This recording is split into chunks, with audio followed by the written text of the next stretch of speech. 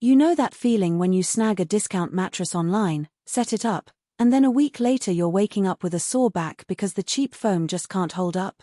I've been there, and it's why I always pause a moment before I click buy now on any low-price bed.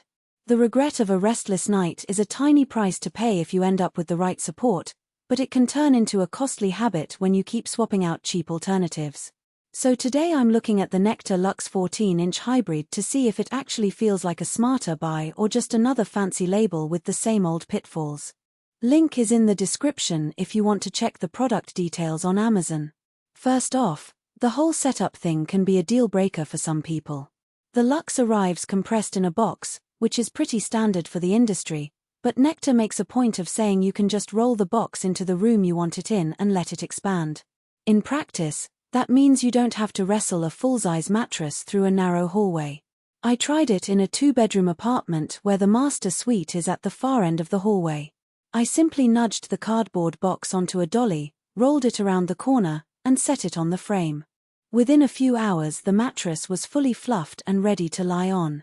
The unboxing experience was hassle-free, and there's no need for a second set of hands to lift a 150-pound slab. Now, the hybrid part of the name is where the product tries to differentiate itself. It blends a layer of individually wrapped innerspring coils with 3 zones of memory foam that are supposedly 2 inches thicker than Nectar's classic model. The claim is 2x more cooling thanks to extra cooling fibers woven into the foam, and 3x more pressure relief from that added thickness. In my own use, the cooling claim is noticeable on a warm summer night. The mattress doesn't trap heat the way a pure foam bed does. After about 20 minutes I stopped feeling that stuck in a plastic bag sensation that some sleepers complain about. It's not an air conditioner, but the extra fiber content seems to let a little more airflow pass through the surface, which helped keep my backside a shade cooler than my old all-foam mattress. The pressure relief angle is where the extra foam really shines.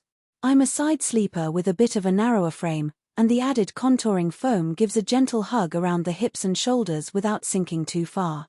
In my testing, that meant I could stay on the same spot for the entire night without waking up to a pinched feeling in the hip joint.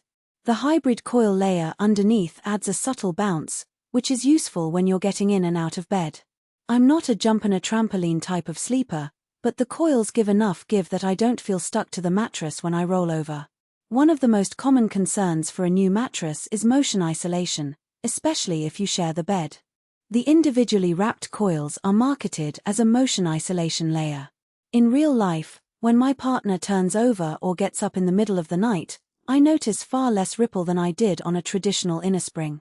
The coils move independently, so the disturbance stays localized.